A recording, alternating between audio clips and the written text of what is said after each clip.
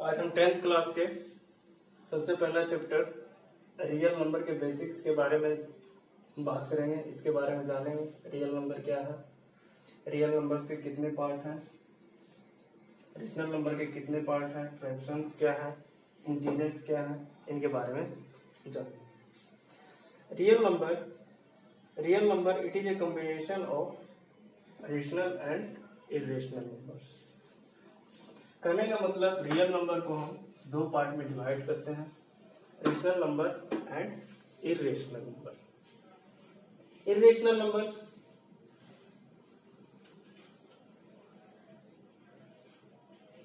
that type of number which are written as p by q form and q does not equal to 0, जिसे p by q के form में लिखा जा सकता है और q 0 के बराबर नहीं है, उसे हम रेशनल नंबर कहते हैं। जैसे 1/2 हो गया, 2/3, 2, 5, इस टाइप के जो भी जितने भी सारे नंबर्स हैं उन्हें हम रेशनल नंबर बोलते हैं। अब यहाँ पे हम आप लोग सोच रहे होंगे कि ये तो सिर्फ 2 है, आप तो बोले कि वैसा नंबर जो p by q के फॉर्म में हो उसे ही सिर्फ हम रेशनल नंबर बोलते हैं। 2 को क्यों रेशनल नंबर बोल दिए, 5 को क्यों रेशनल नंबर बोल दिए? तो किसी भी नंबर को सिंपली अगर हम 2 लिखते हैं, इसका मतलब इसके डिनोमिनेटर में 1 छिपा हुआ है।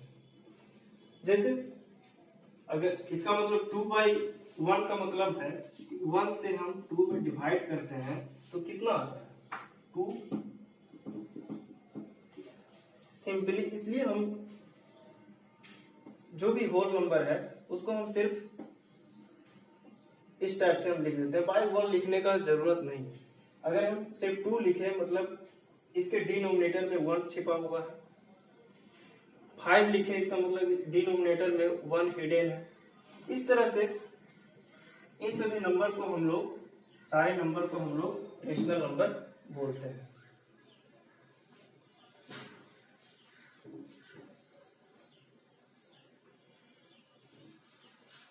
इरेशनल नंबर वैसा नंबर जिसे हम p by q के फॉर्म में नहीं लिख सकते हैं, उन्हें हम इरेशनल नंबर कहते हैं। इरेशनल नंबर का एग्जांपल है √2, √5, √7, पाई, etc। ये सारे जो एग्जांपल है इरेशनल नंबर के एग्जांपल है। इन्हें हम p by q के फॉर्म में नहीं लिख सकते हैं। इसके बारे में जब हम आगे चैप्टर में इरेशनल नंबर पढ़ेंगे तो हम देखेंगे कि क्यों √2, √5, √7 या पाई को हम इरेशनल नंबर कहते हैं, इसे क्यों हम p by q के फॉर्म में नहीं लिख सकते हैं। आगे हमको मिलेगा चैप्टर में पढ़ने के लिए। रेशनल नंबर को 2 पार्ट में डिवाइड किया गया है, एक इंटीजर और एक फ्रैक्शंस। इंटीजर्स किसे कहते हैं, फ्रैक्शंस किसे कहते हैं, इसका क्या कंडीशन है? इंटीजर्स कोई भी नंबर जिसे हम p by q के रूप में लिख रहे हैं, लेकिन अगर mod q इक्वल टू 1 हो जाए तो उसे हम इंटीजर कहते हैं। ठीक है, ये mod क्या होता है? तो mod एक ऐसा मैथमेटिकल ऑपरेशन है जिसके अंदर किसी भी नंबर या किसी भी पॉजिटिव या निगेटिव नंबर को रखते हैं तो उससे हमें सिर्फ पॉजिटिव नंबर मिलता है। mod के अंदर पॉजिटिव या निगेटिव कोई भी नंबर हम रखेंगे तो सिर्फ पॉजिटिव नंबर ही हमको मिलेगा। समझ गए? mod क्या है? एक मैथमेटिकल ऑपरेशन है जिसके अंदर किसी भी नंबर को हम रखते हैं तो प्रोडक्ट हमको क्या मिलता है? सिर्फ positive number, only positive number मिलता है, उसे हम mod कहते हैं। तो अब देखिए हम यहां लिखे mod q इक्वल टू 1, मतलब q का वैल्यू क्या क्या हो सकता है? q का वैल्यू +1 भी हो सकता है और -1 भी हो सकता है। क्यों? क्योंकि अगर हम -1 रखेंगे तो भी हमको 1 मिलेगा, +1 रखेंगे तो भी 1 मिलेगा। हमको रिजल्ट दिया हुआ है 1, तो क्यू क्या हो सकता है? या तो -1 हो सकता है या तो +1 हो सकता है। तो यहाँ पे q इक्वल टू +1 या -1। ठीक है, तो कोई भी रेशनल नंबर है, अगर उसका डिनोमिनेटर में p हो गया नोमिनेटर, q हो गया डिनोमिनेटर, और p/q में डिनोमिनेटर अगर q +1 हो या -1 हो तो उसे हम बोलेंगे इंटीजर। ठीक है, जैसे एग्जाम्पल का बात करें तो 2 ले लें, -2, -3, यहाँ पे क्या है? डिनोमिनेटर में 1, -2 को हम लिख सकते हैं 2/-1 भी लिख सकते हैं, -3 को हम लिख सकते हैं -3/-1 भी लिख सकते हैं। तो ये क्या हो गया? क्यूब का वैल्यू क्या है? -1, 1। तो ऐसे सभी नंबर को हम लोग क्या बोलते हैं? इंटीजर। फ्रैक्शंस,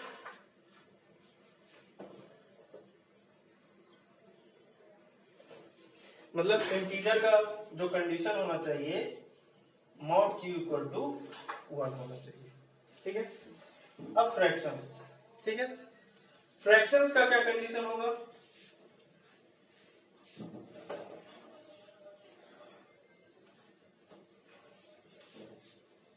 फ्रैक्शंस का क्या कंडीशन होगा?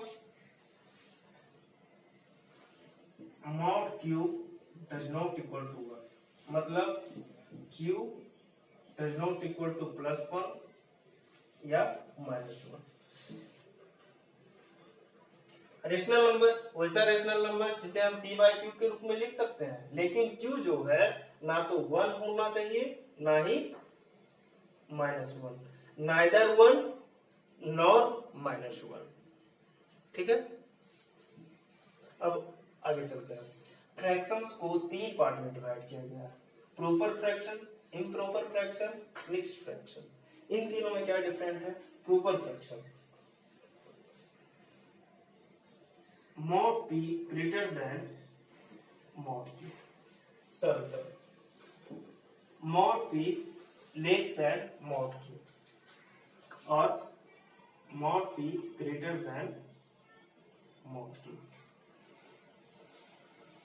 अब कोई फ्रैक्शन है, जैसे क्या है 2/3 है, 2/-3 है, इन्हीं दोनों को कंपैरिजन करते हैं, क्लियर हो जाएगा। अब क्या है यहाँ पे 2 और 3 है, इन दोनों का मॉड किए, mod 2 ग्रेटर देन mod 3, मतलब सॉरी किए, तो यहाँ से आ गया 2 और यहाँ से आ गया 3, जो कि 2 ग्रेटर देन 3 आ गया।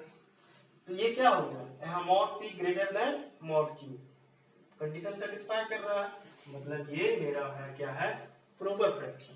अब यहाँ पे हम देखते हैं 2/3, अगर वैल्यू का बात करें 2/-3 का बात करें तो 2 क्या है? ग्रेटर है -3 से, तो इसके अनुसार तो ये हो जाना चाहिए, क्योंकि यहाँ पे हम देख रहे हैं कि p ग्रेटर देन q है, तो ये इम्प्रॉपर होना चाहिए। लेकिन ये ऐसा नहीं है, हम यहाँ पे क्या कर रहे हैं? इसका साइन के साथ वैल्यू देख रहे हैं, लेकिन हमको क्या देखना है? सिर्फ न्यूमेरिकल वैल्यू देखना है। अब न्यूमेरिकल वैल्यू कैसे हम निकालेंगे? तो सिर्फ मॉड लगा देंगे तो हमको न्यूमेरिकल वैल्यू मिल जाएगा। यहाँ पे 2 है, 2 इक्वल टू 2 और -3 इक्वल टू 3। अब हमको क्या मिल गया? 2 लेस देन 3, मतलब ये भी क्या है? प्रॉपर फ्रैक्शन है। इम्प्रॉपर फ्रैक्शन जस्ट इसका अपोजिट,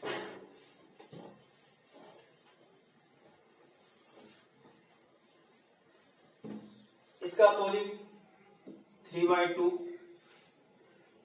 -3/2, 5/4 -6/-7/5। ये सारे क्या है इसमें? अगर इसका अमाउंट कर दे तो 3 हो गया, मतलब nominator greater than denominator, proper fraction. Numerical value, इसका अगर न्यूमेरिकल वैल्यू निकाल दे, इसका न्यूमेरिकल वैल्यू निकाल दे तो क्या है, p ग्रेटर देन क्या हो जाएगा, मॉड की। तो ये क्या हो जाएगा, improper fraction. Mixed fraction, mixed fraction क्या है, it is combination of integer and fraction called mixed fraction. इसका एग्जांपल देखिए,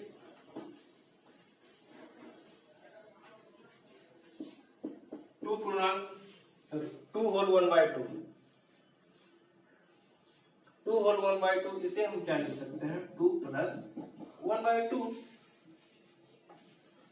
2 क्या हो गया, इंटीग्रल पार्ट हो गया,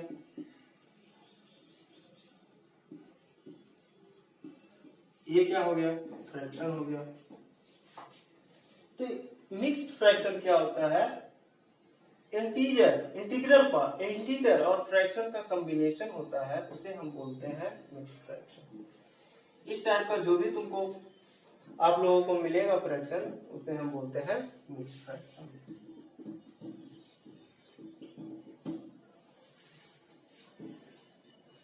आज का बेसिक्स इतना ही। इसके अगले क्लास में हम